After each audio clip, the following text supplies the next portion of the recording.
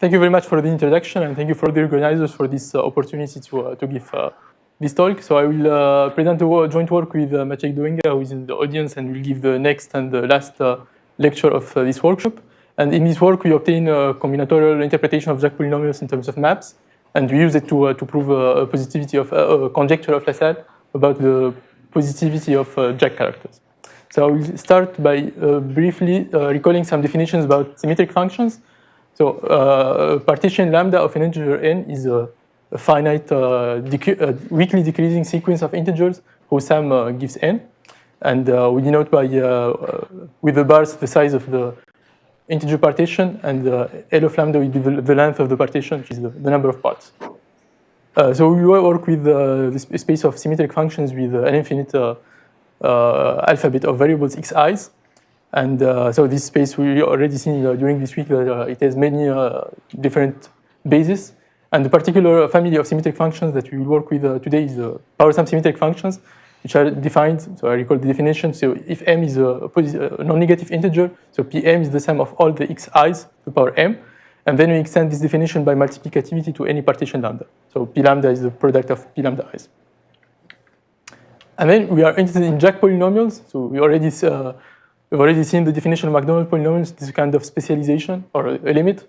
So they are indexed by integer partitions lambda, and they depend on a one-parameter deformation alpha. And they are defined by these three properties of triangularity in the monomial basis, some normalization property, and then they are orthogonal with this alpha deformed whole scalar products on symmetric functions. And in particular, what is interesting for us is that when we take alpha equals 1, we obtain Schur functions. And then we can obtain Jack polynomials as a limit of McDonald polynomials when we specialize Q to be equal to t to the power alpha, and then we take some limits. So there are many combinatorial interpretations of Schur functions, which have been studied, and most of them generalized to Jack polynomials and McDonald polynomials, in particular the combinatorial interpretation in terms of tableau and many variants of it. And there are other formulas which are less known about Schur functions, which involve maps. So initially, these formulas have been given in terms of permutations, and then using some encoding of permutation with orientable maps that Harriet more or less recalled in the previous lecture, we can see this as we can make connection with maps. The only problem is that we do not know how to generalize this combinatorial formula. But we only have conjectures for Jack polynomials. So there are many families of conjectures in different directions. So there are some conjecture of Hanlon from the 80s, and later in another direction, conjectures by Goulden and Jackson. And for McDonald polynomials, we don't have anything, even at the conjectural level. And our main result is to obtain a combinatorial interpretation of the expansion of Jack polynomials in the power sum basis in terms of maps. And actually, we prove something more general about Jack characters, which I will define maps and Jack characters in a moment. So, but roughly, Jack characters, you can think of them as a one-parameter deformation of the characters of symmetric group. So, why are we interested in such formula? So, first, we can think of this formula for Jack characters, Jack polynomials, as a topological expansion of these symmetric functions, in the sense that we have a sum over objects which have a notion of genus. And this formula actually extends some known formulas for the characters of symmetric group in terms of permutation or orientable maps. And this kind of topological expansion have been very useful to study the asymptotics of the character of the symmetric group. And our formula also gives, in some sense, an answer to this conjecture of Hanlon. And more importantly, it allows us to prove this positivity conjecture of Hanlon about Jack characters. So, how do we define these Jack characters? So, what we are initially interested in is how to expand a Jack polynomial in the power sum basis. So, when we take a Jack polynomial J lambda and we expand it in the P mu's, we have some coefficients which depend in mu and lambda.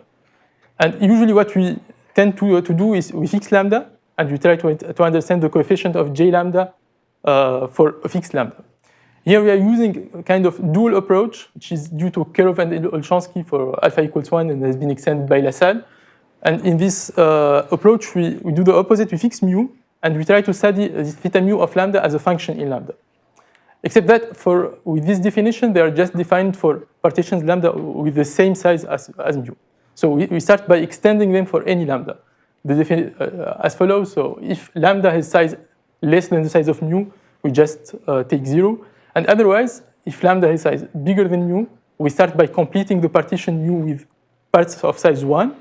And then we look at the coefficient of p mu 1, 1, 1 in the Jack polynomial j lambda, and we normalize by some binomial coefficient. Yes? I always struggled with this. Is there like a good way to think about why you have this binomial coefficient? Yes, yes. So this binomial coefficient, another way to say it is that we are looking at taking several derivatives. Let's say we are taking some derivatives of with respect to p1 of j lambda, and then we look at the coefficient of mu. So this is the first answer, but this is not very satisfactory. But so we'll see later that this definition, which seems kind of arbitrary, the characters obtained, they satisfy nice algebraic properties of vanishing condition and shifted symmetry property. Yes, so kind of. Yeah. Wait, no, it's not true. No, I think this is the number of, this is just the derivative with respect to Yes. P1 that many times, right? That's, Yes. yeah. Okay. Yeah. So actually, so the first definition, so this is due to Lassalle and to parallel papers by Lassalle and Knopp and Sahi and Ukunkov about interpolation polynomials, and using some binomial formulas, we succeed to prove that this is actually the same definition, and I will give an alternative definition later. Yes? I have also a question. What is the meaning of the square brackets in the definition of theta? This one? So we are just... Oh, the coefficient. Oh, the you're coefficient right. I of see. Same as that. Okay. So this is the got it, coefficient. yes. Right. So why are these objects called Jack characters? So when you expand a Schur function, which more or less corresponds to Jack polynomials at alpha equals 1, the coefficient in the power sum basis are the characters of symmetric group. So this theta mu of alpha, they more or less give a alpha deformation for the characters of symmetric group. The only problem is that they are not real characters. We don't have representation theory behind. Yes? So, but there is the new randomization. So, is it baked into data? Sorry, this Z? Yeah. Yeah, so these are not exactly the same thing. So there are the two problems, this Z lambda, and also the fact that when we take alpha equals 1, J lambda 1 is not exactly Schur function. It's Schur function times the Hooke product. But modulo this normalization factor is more or less the same thing. I'm saying that could explain the binomial coefficient. Not exactly. No. Mu equals lambda. Binomial coefficient is dot. Yes. Well, Yeah, so in the definition of Kirov, even in the case of Schur functions of the characters of symmetric group, what they do is that they look at the characters but normalized by the dimension of the partition lambda. So this is related to the fact that we have this Hooke product. And so another case that for which they are real characters is the case of alpha equals 2, which they correspond to zonal characters and they are the coefficient in the power sum basis of the zonal polynomials.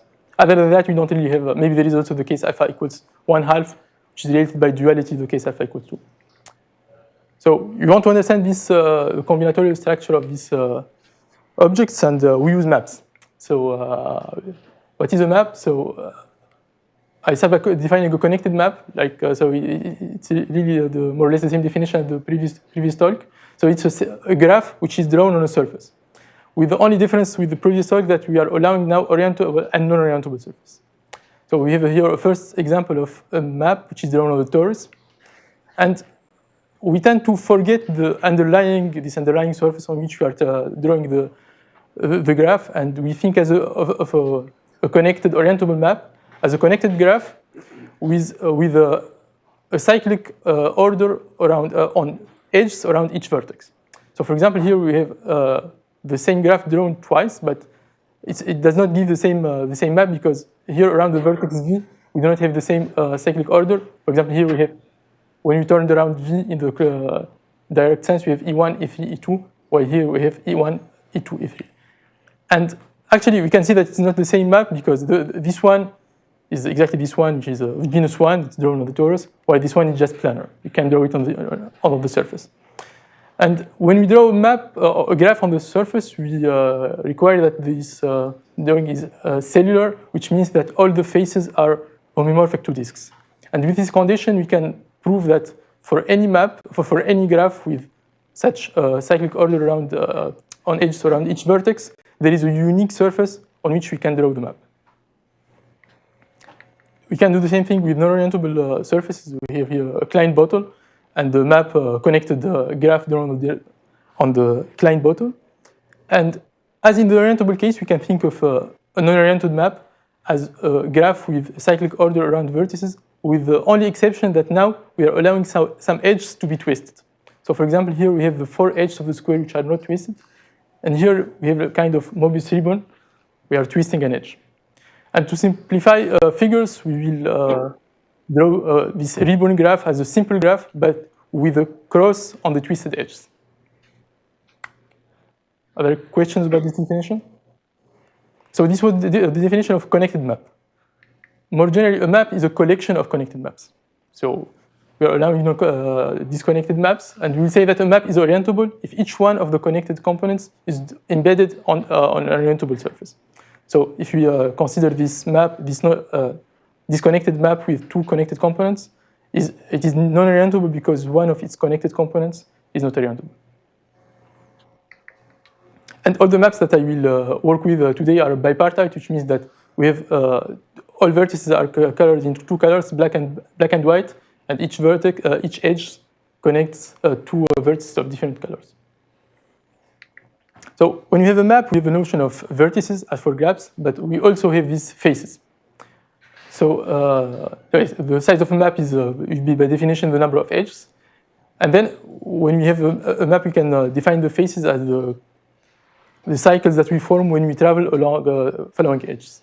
So for example, we have this orientable map, this planar map with 3 faces. And we can already observe that the degrees of the faces are always even because we alternate colors black and white. So we can associate to a map of size n, a partition of size n, which will be called the face partition, which is obtained by taking the degrees of all faces and then dividing them by 2 and reordering them to obtain a partition. Can I ask Yes? another quick question? Yeah. Are your maps vertex labeled? Like, should I think of the numbers 1, 2, 3, 4 on the vertices and permuting the vertices as different map? Yeah, so usually when we work with maps, we do not like symmetries. So I will not detail this, but somehow there is always some way to eliminate symmetries. So either we label edges, and for non-orientable maps, we label the sides of the edges. Or sometimes what we also like to do is to root maps. So for each connected component, we have a marked oriented corner. Yes. I see. So the answer is ultimately, I asked the wrong question, but you're counting some kind of labeled object. Exactly. So all these maps are labeled, but to simplify the talk, I will not talk about these labels. Are there any questions? So we have these partitions and this face partition, and we will consider generating a series of maps. And in this series, we'll have different types of weights. And the first type of weight will be the face weight, which is obtained by associating to each face of degree 2r a weight PR. And then when we take the product over all faces to a map, we'll associate this power sum function P indexed by the face partition of the map. So I will introduce a last definition of maps. So we are working with a class of decorated maps, which we call layered maps. So we introduce these maps, but they are more or less related to some decoration on maps which already appeared in previous works on this problem. So we start by fixing a positive integer k, and we say that the map is k layered if each one of the black vertex of the black vertices has a label between 1 and k, without any further condition. So we can use the same label multiple times, or we can not use some labels at all. And then from this labeling for black vertices, we'll define a labeling on white vertices such that for each white vertex, we look on all the neighbors and we assign to the vertex the maximal label of all black neighbors. So for example, here we have a white vertex of which has 3 neighbors of labels 1, 1, and 2. We assign to it the label 2. And we'll think of this map as a layered map in the sense that so the layer I will consist in the vertices of labeled by I. So the first formula that which has been conjectured by Stanley and proved by Ferré for the characters of symmetric group, it says that when we fix mu and we evaluate the character theta mu in lambda, we can write this as a sum over layered maps which are orientable and which have phase type mu. And the number of layers, and they are also layered with length of lambda layers. Yes? Is there an easy way for the mu and lambda same size case to put these in correspondence with rim hooks? Sorry? With like the Murnaghan-Nakayama rule rim hooks? No. Actually, this is one of the problems of this objects is that each time you have two types of formula in Tableau or in maps, and I am not aware of any connection between two of them. Yes? Could you repeat again the layered, the concept of? Yeah. Yeah. So we are putting labels on vertices in such a way. Well, we start by labeling the black vertices in some way, and then we assign to starting from this labeling for white vertices following some conditions, some root. This maximal label condition. So yes, I go back to this formula. So in this formula, we are for Jack character theta mu, we are summing over orientable maps which are layered and which has phase type mu. And then we have some weights here, we have some signs. And then we have this weight which is related to the layer structure of the map.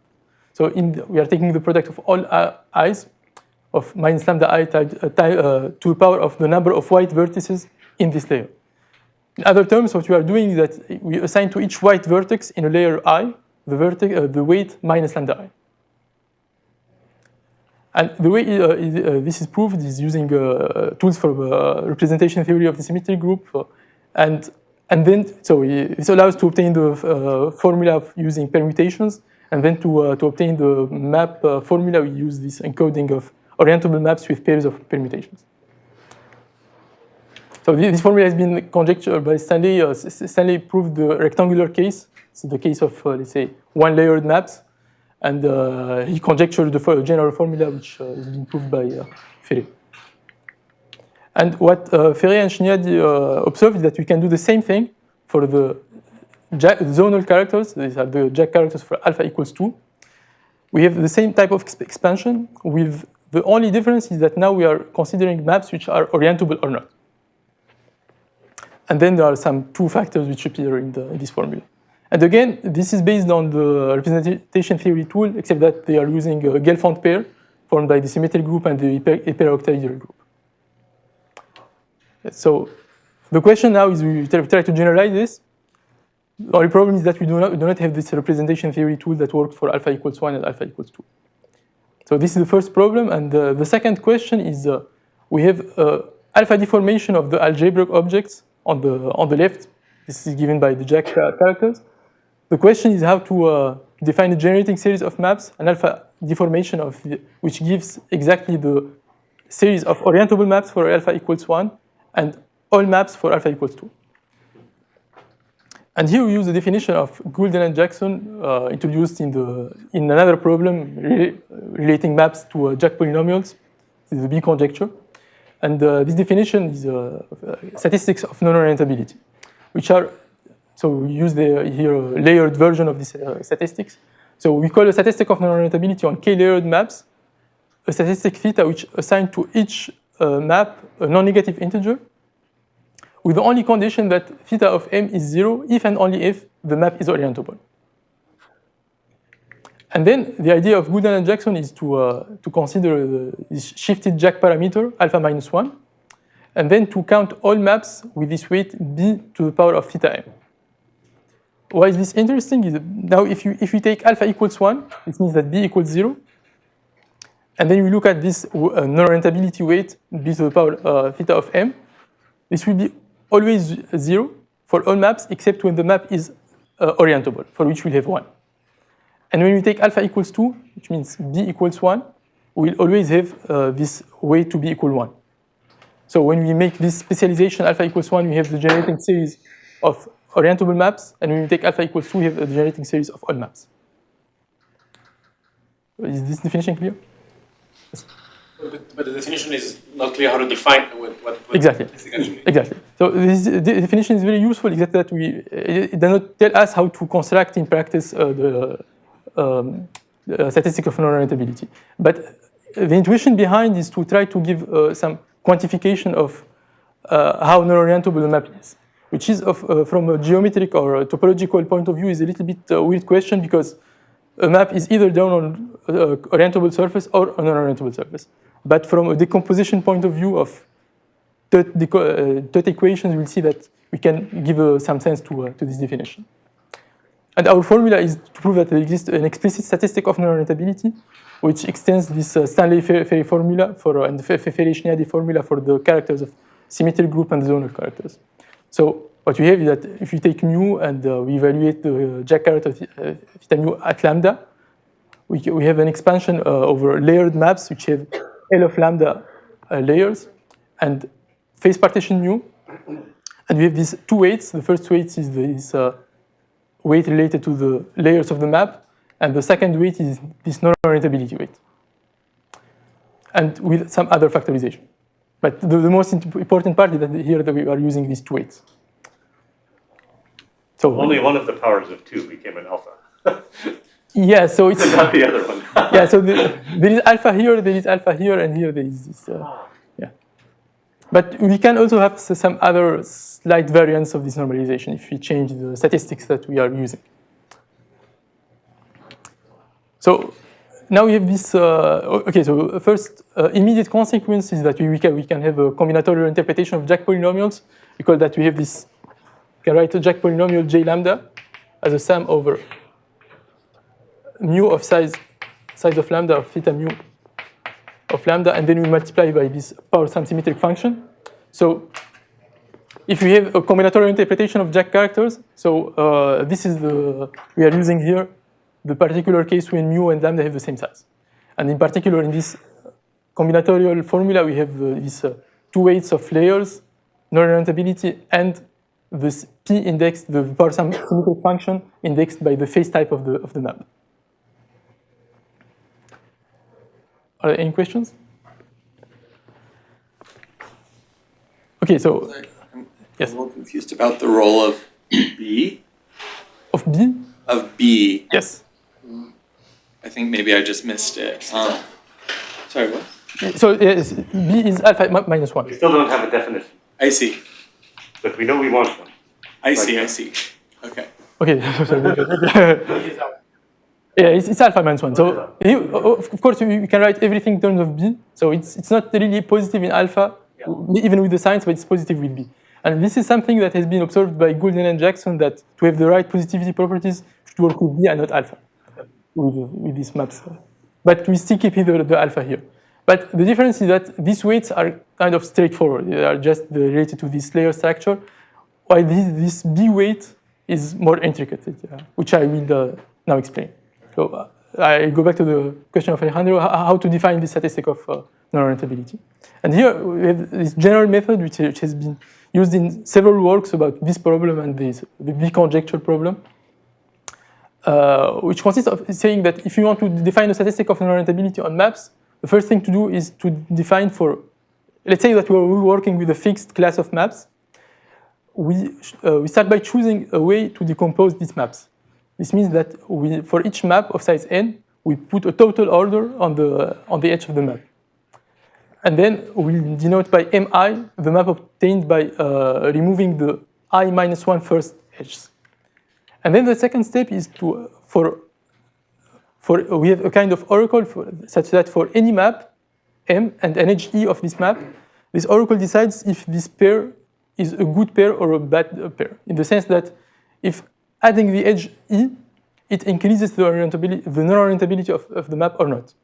So it decides to assign to this pair a statistic which is in 0 or 1. So if the edge is good, and when we add it, we do not increase the non-orientability of the map, we assign to it 0, otherwise we assign the value 1.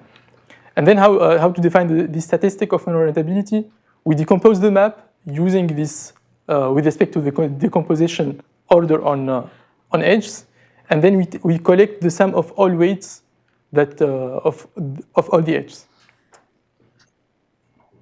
Any questions? So I will. So in all these works, the second step is kind of the same for the different classes of maps.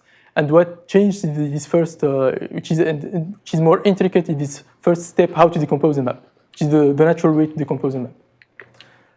So I will start to explain how to obtain these statistics when we take a map and an edge of the map.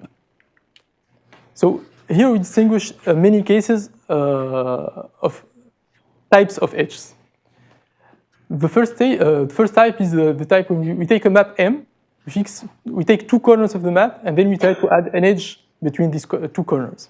And since we are allowing non-orientable maps, we have always two ways to add such an edge. And of course, here there are symmetry proper problems, but since we are labeling all maps in the proper way, we can prove that there are always two ways to add such an edge. And here we distinguish many cases. The first case is when we are trying to add an edge between two corners in the same face of the map. So we have this first edge to add, which is called the border, is an edge which splits the face into two faces. And the other one is just the twisted one. And it's kind of obvious that which is the good edge and which is the non-orientable edge. So this one will be orientable, and this one is non-orientable. In particular, we give the first edge the statistic 0, and to the second one the statistic 1. The second case is when we have two corners in two different faces, but in the same connected component. And in this case, as usual, we have two ways to add the edge, and we call this edge handles. And actually, in this step, we have to make some choices. All what we decide is that one of the two edges is orientable and the other one is non-orientable. So what the condition we put is that the sum of the two statistics is 1. There is only one case in which we can decide for sure, is then we start from an orientable map. When the initial map M is orientable, we know that exactly one of these two edges will give an orientable map. So we will give to this edge, we'll decide that this edge is orientable and the other one is non-orientable. Okay. And the third case is when you have two corners, if two different faces and two different connected components. And in this case, you are just like gluing two surfaces for the underlying surfaces. And we call this a bridge. And we decide that all these type of edges are good. They are orientable, and we just give the statistic 0. And the last and the easiest case actually is when we are adding an edge, but using some new vertices. And this is actually simple edges. They do not really contribute to the complexity of the map. So we have these three cases. Either we are adding a new black vertex and a new white vertex, or we are adding a black leaf to a white corner, or the opposite. And in all these cases, we decide that the statistic is 0. And actually, this covers all the cases of how to add an edge to a map. So now the second question is that how to decompose a map. We start from a k-layered map, and we try to find a natural way to decompose it. So a total order on the edges. And I think that, so this is the definition of layered maps. And the more natural way is to try to decompose the map randomly. What this means is that if the map is of size n, we look at all the n factorials way to put an order on the edges, and then we take an average. And this statistic has been considered by Dolega, Ferré, and Schniade, and they proved that this actually works for k equals 1, for one-layered maps, which means that in this case, they prove that the generating series gives Jack characters for the case that we have one layer. This corresponds to when we are evaluating theta mu of lambda in lambda, which is rectangular. But they also gave in the same paper counterexamples when the map has at least 3 layers. So they prove that this actually does not work when we are considering maps with more than 3 layers. Is this idea clear? So the decomposition algorithm that we are using is we are going to decompose the map in an increasing order of the layers. So what this means is that we start by deleting the edges of the first layer, and then we go up the second layer and so on. So the first thing is that in each, let's say that we are going to start with this layer 1, and we choose kind of randomly an order on the black vertices, not edges, but black vertices. And to each black vertex, we mark an oriented corner.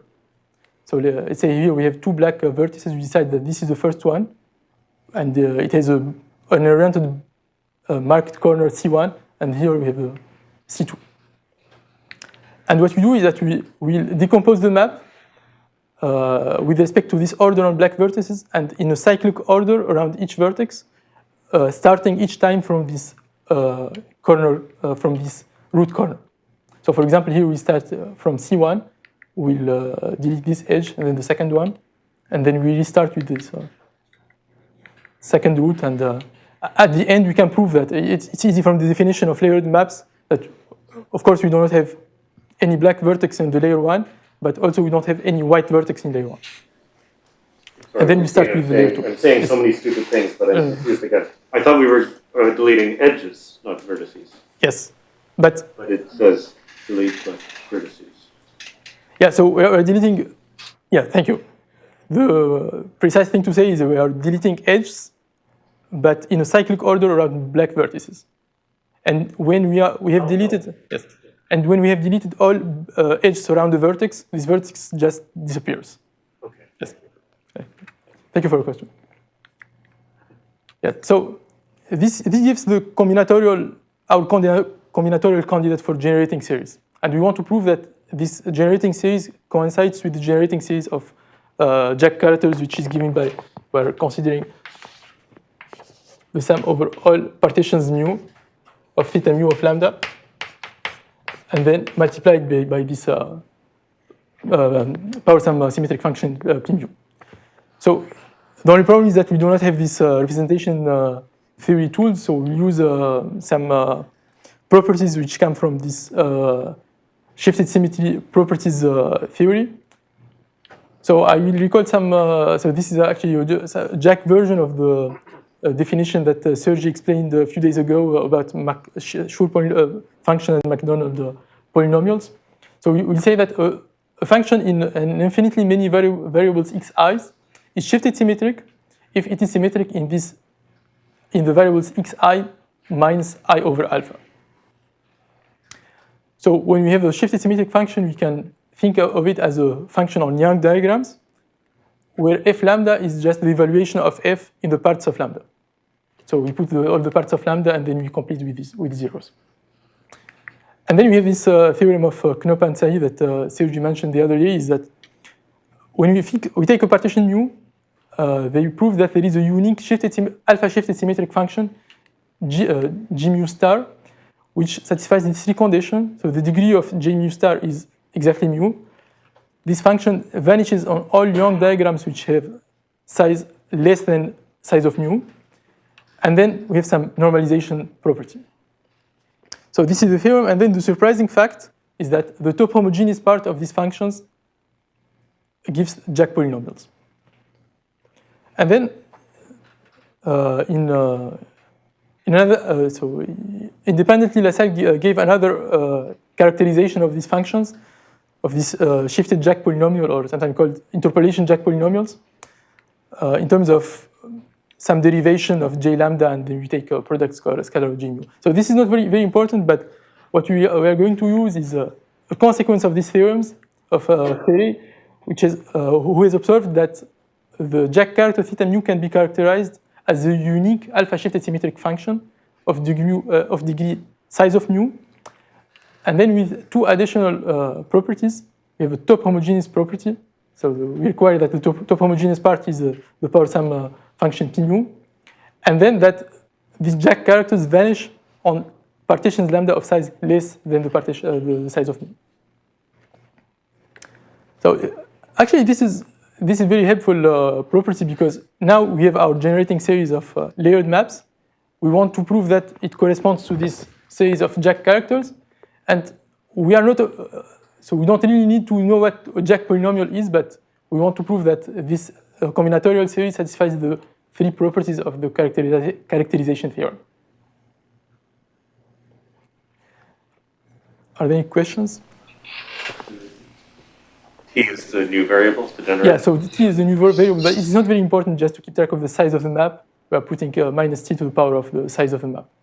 But actually, the size of the map is already controlled by the size of the partition indexing P. So you can just forget it and put minus 1 here. Ordinary generating function. Yes, yes. So actually, they are kind of exponential generating function, but there are this z here, and there are some factors hidden. Oh, there's hidden, okay. They're hidden these factors z. Actually, this is related to the fact that we're considering labeled maps with these labelings, but I did not explain so. Right.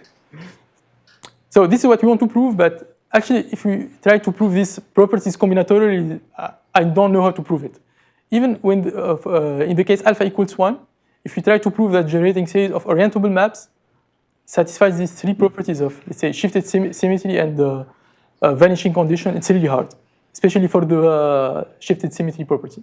So with the presence of this non-orientability weight, which is really, it's not easy to keep track, I don't know how to prove it combinatorially.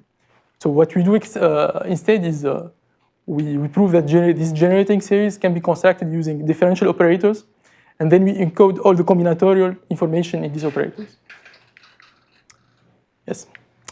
So more concretely, what does mean? We are using these operators Bn, which have been introduced by Chapuis and Dolega in a previous work on the B conjecture.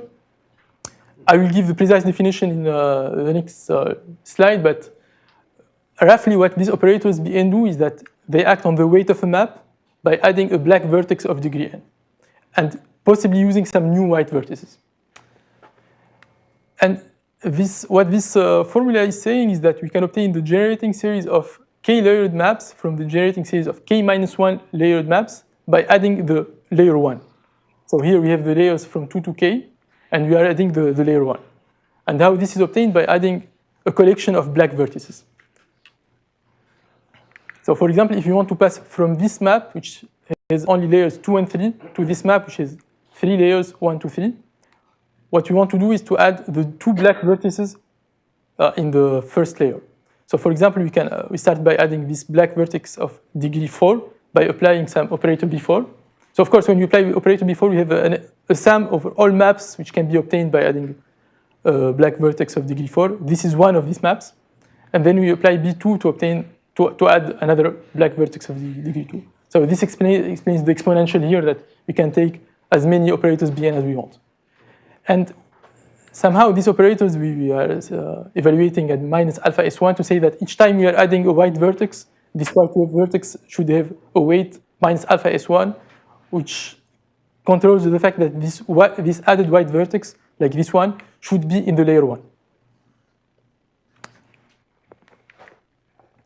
So before giving the definition, this is the three properties that we require the operators Bn to satisfy. We have 3 weights, so they should keep track of these 3 different weights. The first weight is this phase partition weight, this phase weight, in which we control the partition of the phase degrees. The second weight is the non-orientability weight, and the third weight is the number of is related to the number of white vertices that we are adding to add in this new layer. Are there any questions about this? Operators? The only option is to add layer 1. You can't have layer k. Exactly. So this is a very good question, actually, because we can see from this example that this is the reason we are choosing this decomposition algorithm layer by layer. Because if we try, for example, to add, so when we add a black vertex 1 in layer 1, this black vertex can be connected to any white vertex on the map. So we do not require any further information on the structure of the map. But if you ask me, for example, to add a black vertex in layer 3, this black vertex cannot be connected to a white vertex in layer 2. So when we try to make such operation, we need to know how many white vertices are in layer 3 or 2, and how these vertices are distributed in phases. And this is the kind of information we cannot control in generating series. So this is kind of the only way I know how to construct naturally this generating series. And this is not just that our proof does not work for other weights, but we know that, for example, when we try to decompose randomly the map, the weights obtained do not work. So they are kind of consistent with this proof. Yes? How does this operator decide who to connect the new vertex to? Yeah, so these operators, they have a map, and they can connect the new vertex to any vertex of the map, using possibly new vertices. So, for example, a black vertex in layer 1 can be connected to any other white vertex in layer 2 or 3. So this is related to the definition of layered maps. However, a black vertex in layer 3 cannot be connected to a white vertex in a lower layer of degree of label 2 or 1, for example. And this is why we are adding them in an increasing order of their labels. So concretely, how do we define these operators Bn? So they've been defined by Chapuis and Dolega. Before giving the definition, I will start by an easier example, because these operators, they add a black vertex of degree n. But let's start to define an operator which just add one vertex. Thank you. So if you have a map, we fix a bipartite map, and we have this face weight, we can define this operator which adds a white corner on a black corner, a white leaf on a black corner. So we choose a black corner of the map, and then we add a white leaf. How does this work? So if we start from, we choose some face of degree, let's say I, for I positive. This is given by some derivation with respect to pi. We multiply by I to say that we are choosing a white corner, a black corner in this face. And then we replace this face, the pi by pi plus 1, because we have added one edge. So the degree has increased by 2. We can do the same thing, but to add an edge between two existent corners of the map with this operator. So we know that there are many cases. I will just explain one case when we are, for example, we choose a face and we add a border on it. So we are splitting the face. If the face has initial degree I plus j minus 1, we are adding a border to form two faces of degrees I and j. We do this by taking the differential with respect to pi plus j minus 1, and then we multiply by pi pj. And we can do the same thing for the other operations. And this is interesting because we can keep track of the non-orientability weight in this kind of operators. So we know that some operators, for example, here a twist should appear with a weight b because it's non-orientable. So we can put a weight b in front of the corresponding term in the operator. This is very briefly the idea of these operators. So, and now we don't want to add one vertex at a time, but we want to add a black vertex of degree n. So this is the idea of using rooted maps. So a rooted map is a map, basically is a map with an active corner. So it's an oriented corner on which we want to add an edge, but on this precise corner and not on any corner. For this, we use a little bit more complicated weights for the face, to control the face partition. So we are going to need an additional alphabet of variables yi's. And what we are going to do is to assign to this root face, if the root face is of degree I or degree 2i, we assign to it the weight y indexed by I. And then for the other faces, we just take pi. For example, we have this map, it's rooted in a face of degree 4. We have y2 here. And for the other faces, we just put the pi's. Say in what variables is the pi? The y variables? Sorry? So The power sums pi? yes. What are the y variables, the power sums in those variables? No. So we have the pi's and the yi's, they're independent. And then for root face, we use the variable y. Oh. And for the other faces, we use the variables pi. Power sums in the old variables. Yeah, exactly. Yeah. PI's are power sum in some underlying variables xi's, but we just use this power symbol. And can you say where the 332 came from? Yeah, so we have this. We have here a face of degree 6, which is not rooted. So we assign to it the weight p3 because it's 6/2, and do the same here. We have 6, so it's p3, and here we have 2, so we have 4, so it's P2. So we can define analogous, analogous operators to just replacing some monomials Pi's with these Yi's, and these operators allow to add an edge on this active root. So I will just maybe skip this. Yes, the Yi's are called catalytic variables because you are using them to define the operators Bn, but at the end they are kind of forgotten. I think that I will skip this. So yes, we have this differential construction of our generating series. We want to prove that this generating series satisfies the three properties of the characterization theorem. And what we do is that we encode all the information in these differential operators. And more concretely, we prove some commutation relations about these operators. And we use these commutation relations to prove the vanishing conditions and to the shifted symmetry property. And this is the technical part of the proof because each one, for example, if you want to prove this the commutation relation, each one of these operators in their definition, there is a catalytic variable, let's say y. For the second one, we have a second catalytic variable, second catalytic alphabet z. And when we try to commute them, we use commutation relations with the alphabets pi and the two additional variables yi and zi.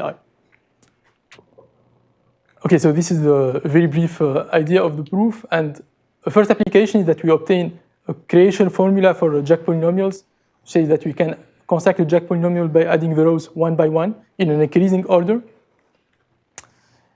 And a most important application is that we have this proof of Lassalle's conjecture on Jack characters. What is this conjecture? So, seeing that we can think of the character theta mu of lambda as a function in the size of the part sizes of lambda, but we can think of them also as polynomials in these multi-rectangular coordinates or Stanley's coordinates. How we define them? When we have a partition lambda, we start by decomposing it into rectangles. And to each decomposition, we can define two alphabets, Ri's and Si's, which are the sizes of these rectangles.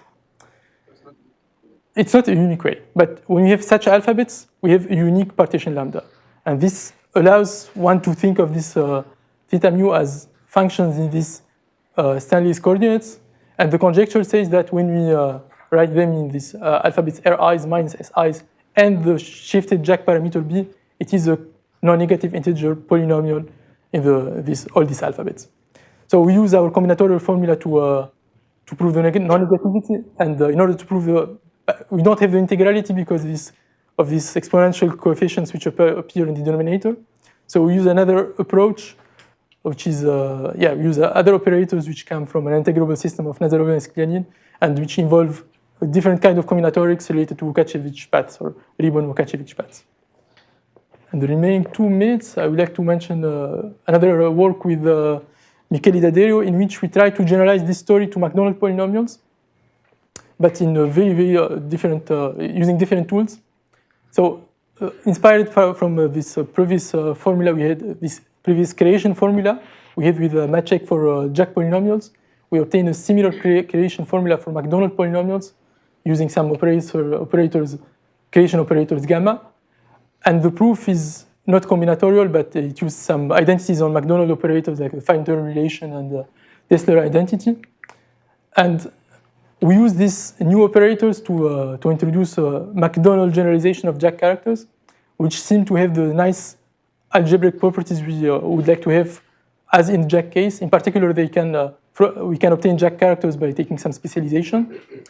And they also satisfy the same characterization theorem of Ferret for Jack characters, and they are directly related to the power sum expansion of Macdonald polynomials. And we also conjecture some positivity properties of these Macdonald characters in many different ways. They satisfy some version of Lassalle's conjecture, and their structural coefficients seem also to be positive in some parametrization. So the big question is there a way to generalize this theory of non-orientable maps with non-orientability weights to the case of Macdonald polynomials, maybe with 2 parameters Q and T. I think I will stop here. Thank you.